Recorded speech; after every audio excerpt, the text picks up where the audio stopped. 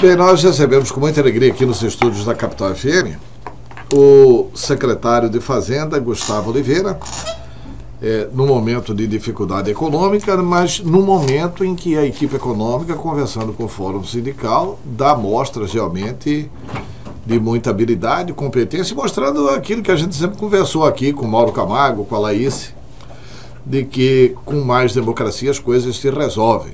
Parece que a questão do RGA está chegando aos finalmente e que até quinta-feira, né? Não sei se é desta semana ou da próxima semana, deve ser fechado o entendimento entre o Fórum Sindical e o governo, o que é muito bom para a tranquilidade e a continuidade do trabalho, né? Porque aí, página virada, vamos para outra luta. E em que nível que está essa negociação? Secretário Gustavo de Oliveira, bom dia, um prazer enorme tê-lo aqui. Bom dia, Antero, bom dia, ouvintes da Capital. Esse processo de negociação, Antero, acho que todos nós aprendemos com os erros do passado, e especificamente com os erros do ano passado. Houve primeiro uma radicalização do servidor público, que naquele momento não acreditava que a crise fosse tão forte quanto a equipe econômica já demonstrava que seria para o estado de Mato Grosso. Mas também houve, por parte do governo, ao meu ver, o reconhecimento de que uma negociação ela tem que envolver algum tipo de flexibilização. Então, o que nós sentamos desde o começo esse ano com o Fórum Sindical foi mostrando claramente qual era o nosso limite, e o limite é um teto de gastos que tem que ser implantado aqui no Estado nesse ano para valer para os próximos 2 anos, pelo menos. Isso traz alguns benefícios para o Estado, e que toda a negociação deveria ocorrer abaixo desse teto de gastos. Isso facilitou muito, deu um norte para a negociação, e a partir daí a construção das propostas nunca foi feita exclusivamente por parte do governo. Desde a primeira reunião, nós colocamos uma primeira proposta na mesa e dissemos ao fórum, olha, tragam contrapropostas que respeitem algumas premissas. E assim foi feito, a negociação evoluiu a bem de toda a sociedade. Desde a primeira reunião nós dissemos claramente que não negociaríamos com greve na rua. Acho que esse é um grande ganho para a população. Ontem eu vi um líder sindical e até está correto, né? A greve tem que ser o último momento, né? Se você está em negociação, como que você vai continuar a negociação com greve? E ontem eu vi o Oscar Lino dizendo claramente na televisão, num ato público, pedindo, olha, vamos não fazer greve até o final das negociações, o que é correto do ponto de vista sindical também. Isso foi fundamental. O Fórum Sindical ter aceito essa proposta, ali eu vi uma grande convergência. A hora que a gente coloca isso na mesa e não há nenhuma resistência, porque eventualmente alguns presidentes de sindicatos chegaram a dizer, falaram assim, olha, eu não tenho como segurar minha base sindical. Mas a verdade é que quando foram para a base sindical respondeu também que não queria o desgaste da greve. Olha, mudou muito a coisa de um ano para cá. O próprio servidor público hoje, quando ele vai num churrasco de família final de semana, conversa com os amigos, as pessoas na sociedade têm uma abordagem diferente. Dizem, olha, cara, tá feia a coisa aqui fora, tem 14 milhões de desempregados no país, quem está empregado está ganhando menos porque teve que mudar de emprego, empresa demitindo, a crise chegou feia, então garante o que você tem lá, que é importante. Eu acho que todo esse espírito contribuiu muito, e isso facilitou para a gente avançar e avançar depressa com a negociação. Laís Souza e Mauro Camargo. Secretário, eu li recentemente uma entrevista que o senhor fez a respeito uma declaração que o senhor fez a respeito da taxação do agronegócio. A gente tem debatido muito isso aqui com as pessoas que vêm até o programa, dessa necessidade que o Estado tem em arrecadar mais, até para que não dependa tanto dos recursos federais e tudo mais. E uma das saídas que todo mundo aponta é ou a taxação do agronegócio e também a redução dos incentivos fiscais. Seriam duas coisas atreladas que poderiam trazer mais caixa para o governo. E eu vi que o senhor se colocou contrário à questão da taxação do agronegócio, até porque seria uma forma de, se eu não estou enganado nas palavras, as empresas sairiam de Mato Grosso. Como o senhor analisa essas duas questões, incentivo fiscal e taxação do agronegócio? Bom, nós poderíamos facilmente fazer um programa inteiro sobre cada um desses temas. Eu vou tentar ser bastante sintético com uma abordagem que eu entendo que é a que tem que ser feita. Nossa matriz econômica ela está intimamente ligada ao agronegócio. A competitividade do agronegócio é um fator-chave de sucesso para o desenvolvimento da economia mato-grossense. Contudo, nós falhamos. E falhamos aonde? Em agregar valor a essa produção do agronegócio. Eu não compreendo que a gente aqui não seja campeão nacional com larga folga em produção. Vou dar um exemplo, biodiesel. O governo federal errou numa política de incentivo a combustíveis fósseis, despejou bilhões na Petrobras, hoje a gente sabe por que isso aconteceu, com pré-sal, com toda uma estratégia de combustível fóssil, e inclusive aqui em Mato Grosso se falava muito em achar petróleo em Mato Grosso. O petróleo não precisa estar aqui em Mato Grosso. Nós temos matrizes capazes de produzir biocombustíveis, estou falando de etanol e de biodiesel, e o que a gente tem que entender é por que falha na atração de investimentos, por que não consegue agregar valor no que hoje é uma produção bruta. Eu poderia fazer esse paralelo, por exemplo, no estado do Pará, que é um gigante em exportação de minério de ferro, ou Minas Gerais também, são estados gigantes em exportação de minério de ferro, e tem uma baita dificuldade em serem competitivos na indústria siderúrgica, na indústria automobilística. Você manda hoje toneladas de minério de ferro para a Ásia, e eles devolvem de lá para cá produtos de alto valor agregado, carros, equipamentos, com preços muito menores. Ontem nós estávamos numa reunião aqui, tentando incentivar um produtor local a fabricar um equipamento de mineração. O custo para fabricar aqui é de R$120 mil, e o concorrente dele, chinês, traz para cá por 15, 10 mil dólares.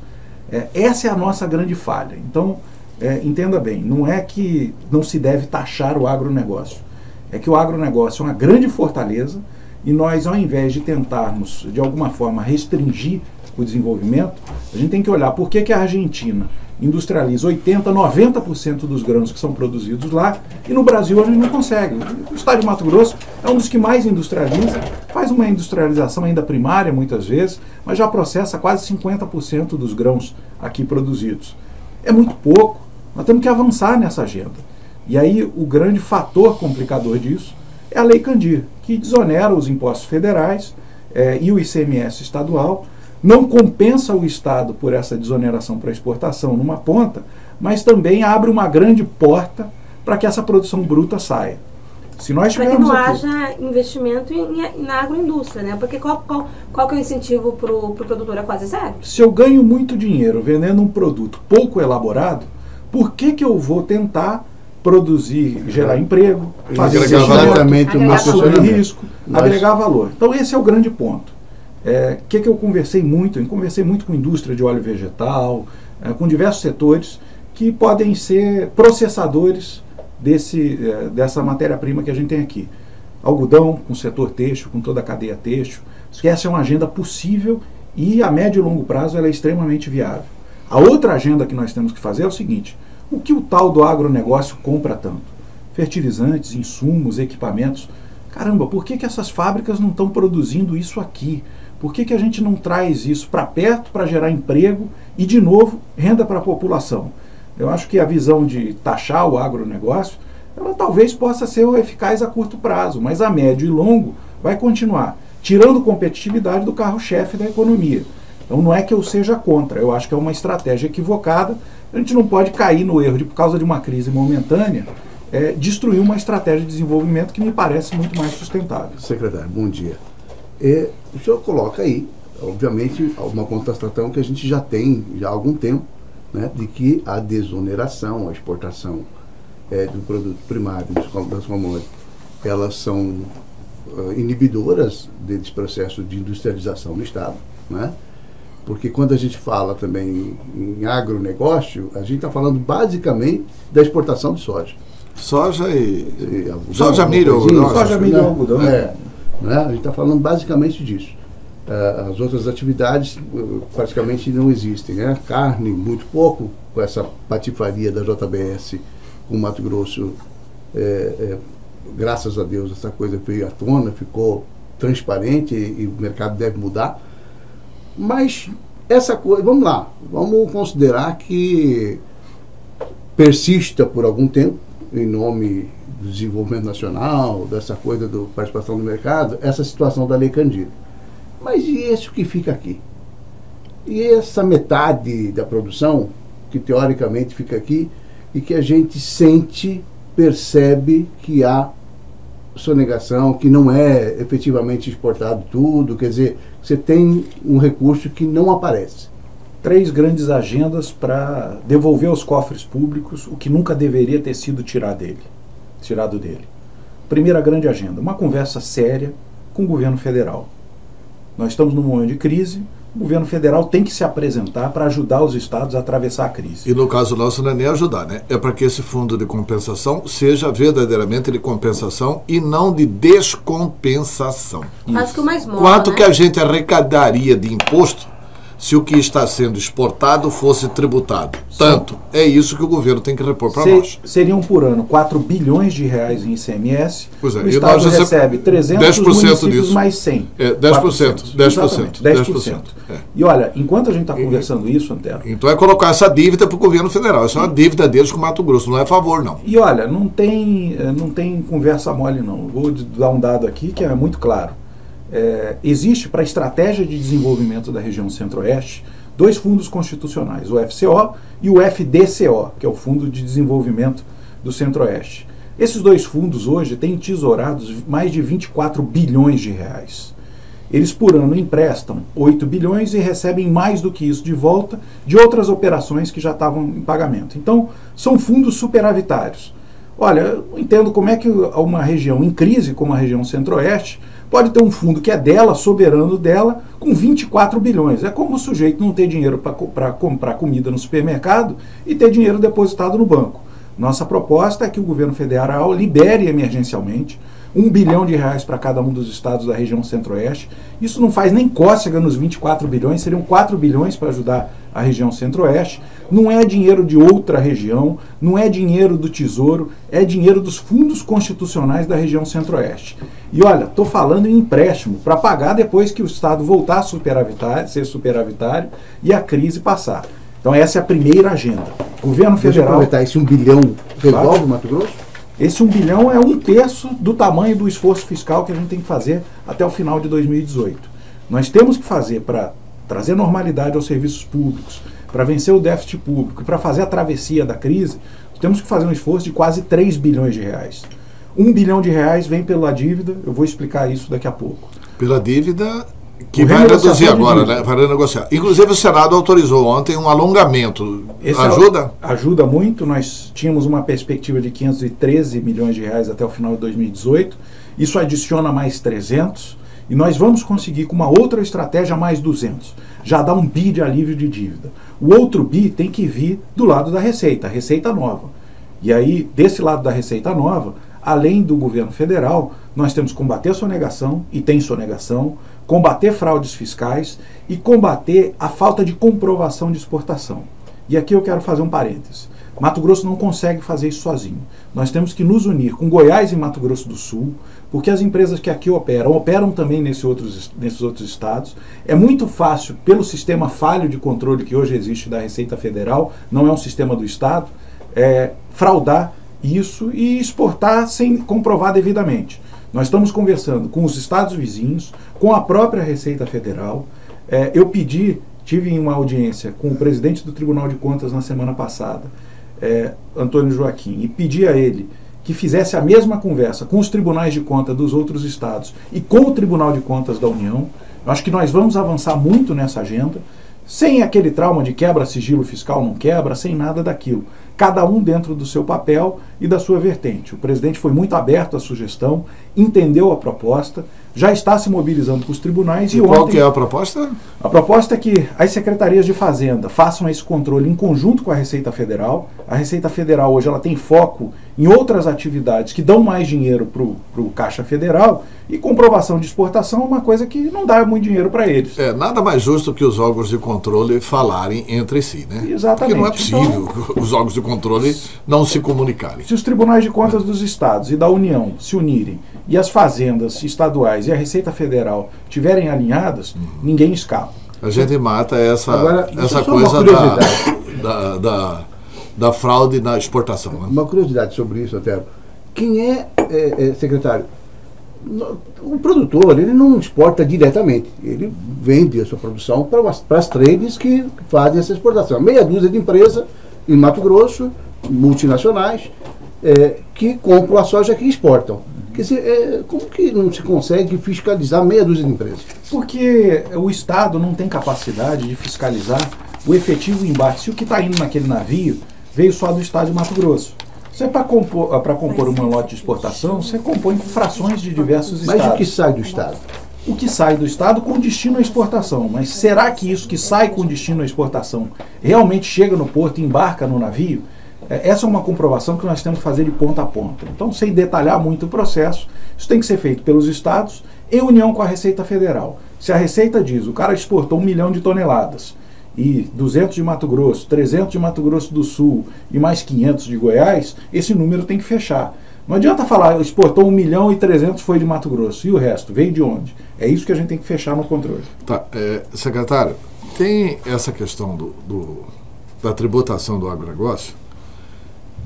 Nós temos uma crise grave na questão da saúde. Sim. E aí, economicamente, como é que nós vamos tentar resolver essa questão da saúde? Eu tenho defendido aqui que só tem uma fórmula para financiar a saúde em Mato Grosso. Não se trata de aumentar tributo de ninguém, trata-se apenas de tomar decisão política com relação ao FETAB. Por exemplo, é uma tese até do Mauro Camargo, eu acho um absurdo passar 17% do FETAB para os poderes. Poderes não tem que ter participação em FETAB coisa nenhuma. O FETAB foi criado para ser o Fundo de Transporte e da Habitação. Então que seja agora o Fundo de Transporte e da Saúde, né? Porque diminuiu muito o volume de recursos na habitação.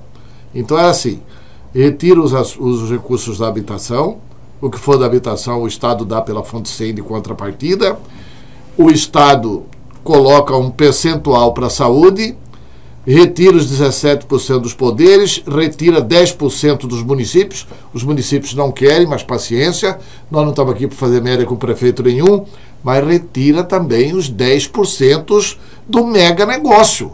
E o mega negócio não concorda com isso. Este ano foram gastos do FETAB 0,06% com habitação. Portanto, nada. Então, por que não estabelecer aquilo que era da saúde, ou parte daquilo que era, aliás, da habitação, para a saúde, já que essa é a grande crise do Estado? Eu defendo uma outra abordagem, Antero. Eu entendo que, nesse tempo de crise, você tem que saber usar bem o recurso público. Quando o FETAB foi feito lá atrás, o FETAB combustíveis principalmente, ele foi tirado do ICMS porque o Estado tinha a capacidade de abrir mão de ICMS para colocar em infraestrutura. Hoje não tem mais. Eu defendo que o FETAB ele possa ser usado para pagar dívidas que foram contraídas para fazer infraestrutura no Estado. MT integrado, tantas obras de infraestrutura que existem. A gente está conversando sobre isso. Esse talvez seja um grande encaminhamento, porque daí, usando esse recurso do FETAB para poder pagar a dívida de infraestrutura, o fundo está sendo destinado à infraestrutura. E isso libera recurso da chamada fonte 100 para que possa ser aplicada mais em saúde, educação e segurança. Eu queria caminhar essa conversa para o que eu acho que... E aí o Estado teria de recursos da fonte 100 para financiar a saúde. Para financiar a saúde e o resto. Eu defendo uma solução e tem lógica, e pode acelerar, inclusive, o desenvolvimento na área de estrada, né? Muito. Aí atenderia os dois senhores, né? As duas necessidades, vamos ser sinceros. Porque nós precisamos de saúde, mas precisamos de estrada também. Muito, porque hoje a gente tem que arrecadar o FETAB para poder gastar o FETAB. Da hora que nós já temos uma previsão de arrecadação do FETAB, isso facilita eu sentar com grandes financiadores, até internacionais, BID, Banco Mundial, dizer, olha, pode emprestar para Mato Grosso, porque o FETAB garante que você vai pagar esse empréstimo, e aí a infraestrutura que aconteceria em 10 anos, acontece em 2 ou 3. Essa é uma construção que nós estamos caminhando para fazer. Aliás, genial essa construção, secretário. Se der certo, é genial. Tem que dar certo, eu acho que esse é o grande caminho, é nisso que eu acredito, Antero. E eu queria aqui mais duas coisas que eu penso que são fundamentais para a gestão pública no país. A gente está falando de lei de teto de gastos. Nós temos 2 princípios que precisam ser implantados na gestão pública. Pois essa lei vai para a Assembleia? Vai para a Assembleia. Ontem à noite tivemos uma ótima reunião fechando os últimos pontos da lei. Deve ir até amanhã. O governador pediu que a gente ultimasse isso para sentar com a base, sentar com os poderes, mostrar a versão final e encaminhar para a Assembleia. Então a gente deve fazer isso até amanhã para daí encaminhar para a Assembleia. Mas eu acho que a partir daí, de ter um teto de gastos, nós temos que, já que o teto está estabelecido, nós temos que tomar medida para ter mais eficiência no gasto público. Uma grande discussão é sobre como gastar melhor o dinheiro público. Eu tenho 2 propostas que são também, acredito, importantes. Primeiro, proibir o poder público de tentar fazer o que ele contrata mais barato. Eu acho que esse já é um grande avanço. Hoje você tem estruturas públicas, e eu não vou aqui fulanizar, dizer essa ou aquela, Mas é fato que hoje você tem grandes estruturas públicas, até empresas públicas, que custam muito mais caro do que o Estado ir lá e comprar aquele serviço no setor privado. Nós temos experiências no país em diversas áreas de serviços bem prestados pela iniciativa privada. E se a gente for olhar lá para trás para a privatização, telefonia no Brasil melhorou porque o setor público era ineficiente, o privado entrou com a eficiência maior. Aeroportos são outros que melhoraram a performance com quase nenhum dinheiro público hoje em dia. Então eu defendo muito isso, que você não compre se for mais caro. Agora, se for mais barato comprar do que fazer, obviamente excetuando segurança, algumas áreas que são um dever característico do Estado, você não pode fazer. Essa é a primeira. O segundo ponto serve talvez para discussões como essa que nós estamos tendo sobre o VLT agora. Toda vez que o custo de não fazer alguma coisa for maior que o custo de fazer, caramba, faça. O gestor público ele não pode ficar parado, congelado, esperando o momento certo, porque não tem momento certo para nada. Essa discussão se deve ou não terminar o VLT, para mim, ela já foi superada lá atrás. Antes de tomar a decisão de fazer, não fazer o VLT era muito mais barato do que fazer.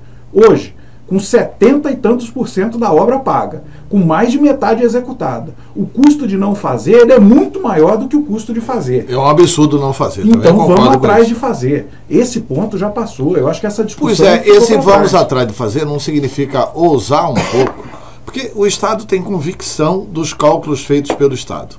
Não significa o Estado ousar um pouco e enfrentar esse debate, porque eram os deuses do Ministério Público. Chega! Eles não são deuses, não são exclusivamente eles que sabem fazer conta.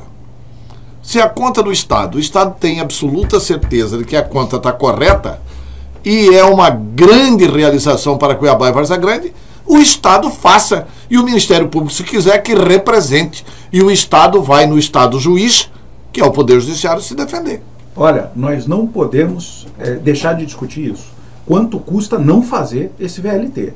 Ninguém está conversando sobre isso, todo mundo está batendo, porque custa isso, custa aquilo e tal. Quanto custa cada ano dessa obra parada? E mais do que isso, Antero, eu acho que o grande caminho disso realmente vai ser uma concessão de operação para a iniciativa privada. O grande ponto é que hoje você não consegue fazer isso, porque ninguém mais acredita que essa obra vai para frente. Esse trem tem que começar a andar minimamente até o porto para que o Estado tenha condição de atrair investidores para terminar a obra, talvez até com dinheiro privado, e fazer a concessão. Hoje você não consegue atrair um privado para operar isso. Eu acho que o grande nó dessa questão, ele lá atrás já foi superado, decidiu-se fazer. Agora, com 70% do caminho andado, meu amigo, não tem volta atrás, tem que terminar. Secretário, só para encerrar minha participação aqui na entrevista do senhor, eu queria saber um esclarecimento sobre a questão dos incentivos fiscais de 1.300 na Era Silval para 3.200, 3.600 agora, justamente numa área duramente criticada pelo atual governo. E outra coisa, só acrescentando aí a pergunta do Mauro Mendes, não tem um critério objetivo. Tudo bem, eu vou... Futuro prefeito de Cuiabá, porque eu estou seguindo, né? Defeito da idade. É o seguinte, tá bom. Mas ele é prioridade. Errei, é que o Mauro Mendes é meu amigo. Né? E é meu também, não me ofende. Pois é. É o seguinte, só para acrescentar a pergunta aí do Mauro Camargo, a questão dos critérios. Não temos critérios objetivos para a concessão do incentivo fiscal. Por incrível que pareça, Tribunal de Contas, o que foi pontuado pelo Tribunal de Contas. Por incrível que pareça, tinha no governo Bezerra, tinha no governo Dante. Não tem critérios agora. Os critérios são os amigos do rei. Como que é isso? Então, primeiro, eu penso que o PRODEIC ele cumpriu um papel histórico importante durante um tempo, mas a estratégia correta são os programas setoriais. O programa setorial ele é para todas as empresas daquele setor que cumpram a regra. Então nós temos que ter um para algodão, um para madeira, um para mineração, para as grandes cadeias e cadeias vocacionadas para o Estado. Não adianta eu ter aqui... E não para empresas pontualmente. Exatamente. Não adianta eu ter aqui um pró-aviação, porque eu não vou atrair uma Boeing ou a Embraer para trabalhar aqui em Mato Grosso. E esses programas ele tem um grande valor, Antero, quando ele aumenta a arrecadação pelo aumento da atividade econômica. O Voo IMT, que é esse programa de aviação comercial para o Estado, é um grande exemplo disso. Nenhuma aeronave comercial abastecia no Estado porque o custo de abastecer era muito alto. Nós demos um incentivo e hoje essas aeronaves abastecem aqui no estado, desde que façam voos regionais. Por isso que hoje tem voo para Barra do Garça, voo para Alta Floresta, uma série de voos regionais que antes não existiam. Mas falando especificamente sobre incentivo fiscal, esse governo fez 16 enquadramentos e 17 renovações. Ao mesmo tempo, desde 2015, nós fizemos 235 desenquadramentos. Pois é, e ainda assim aumentou em 2 bilhões de reais o incentivo. Como é que a conta aumenta? Então é isso que é importante dizer. Aumenta porque nós estamos fazendo a conta certa e aumentando o registro dos incentivos fiscais. Tem empresa que gozou de incentivo fiscal e o contador, pasmem vocês aí que estão sentados, nunca mandou o demonstrativo para a Secretaria de Fazenda de quanto se beneficiou de incentivo fiscal. Nós agora estamos cobrando isso. Se o contador não faz isso, o incentivo é suspenso. E isso está permitindo que a gente registre melhor a quantidade de incentivo fiscal concedido. Eu vou dar só mais um exemplo. De todos os incentivos fiscais de Prodeic que hoje são usufruídos no Estado, nós temos aí em torno de 1,5 bilhão de reais de Prodeic, nessa gama toda de incentivos fiscais, de 3.600 para o ano que vem, quase 1,5 bilhão é Prodeic. Desse 1,5 bilhão, 600 milhões de reais são de empresas que foram enquadradas no ano de 2014. Em um único ano, você tem quase 1/3 do fruimento de benefício do incentivo fiscal do Prodeic. É por isso que eu digo, concordo plenamente com o Tribunal de Contas, nós temos que ter critérios, rever critérios e direcionar esse recurso do incentivo para onde vai desenvolver, gerar mais emprego e desenvolvimento econômico. Tá, secretário, nós vamos encerrar com uma pergunta de um ouvinte, é isso? Hein? Daniela. Daniela, bom dia, Daniela. Bom dia, doutor Gustavo. Eu falo da Federação de Sociedades Filantrópicas e nossa atenção é com relação à saúde. Desde 2015 nós estamos num pleito junto com o governo, o secretário de saúde do Estado, vários secretários já passaram pela pasta, referente a um aporte de custeio para a tabela SUS, né, que mais de 10 anos não vem sendo reajustada, e vários acordos foram firmados. No entanto, nós ainda não conseguimos efetivar, né?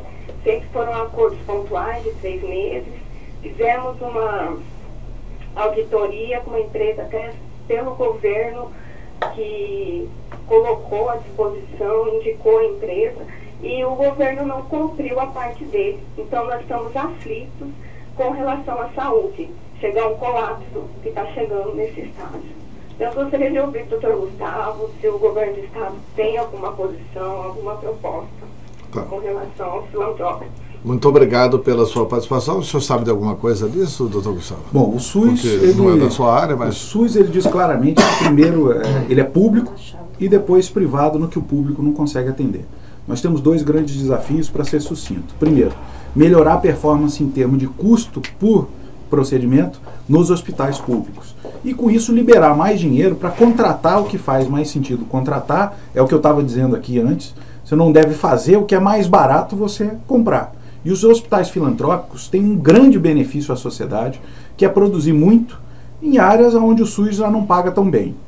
O único ponto aí para fechar é que realmente falta dinheiro para a saúde, falta eficiência em muitos hospitais públicos. O secretário Luiz Soares está debruçado nessa agenda, mas falta também financiamento federal. O grande ponto, a tabela SUS ela é desatualizada, ela é o limite do que o poder público federal paga por cada procedimento. E os hospitais filantrópicos dizem, olha, eu não consigo viver com o que o governo federal paga. Por favor, Estado, me ajude. Nós poderemos ajudar desde que a gente faça um trabalho sério de enxugar custos na área de saúde, porque não tem dinheiro novo. É isso que é preciso deixar claro. No caso aí não é nem ajudar, né? É pagar a conta feita, né? Que foi lá, usou o serviço deles e não está pagando, está atrasado. Né? Na verdade, eles querem um incentivo sobre o que se paga a tabela SUS. Então, vamos lá, para um parto o SUS paga tanto, eles querem um pouco a mais. Isso tem que resolver lá em cima, não é aqui, né? Tem que melhorar a tabela SUS no Brasil inteiro. Tem que melhorar no Brasil inteiro, e até que isso seja feito, os estados têm que ajudar com alguma coisa. O problema é que hoje nós não temos capacidade financeira de aguentar nem a nossa própria rede hospitalar, que dirá incentivar outras redes. Mas a gente está muito atento a isso, o secretário Luiz Soares está conversando com o governador para que a gente possa desenvolver uma estratégia para isso. Tá. Secretário, muito obrigado pela entrevista. À disposição, um abraço a todos os ouvintes aí.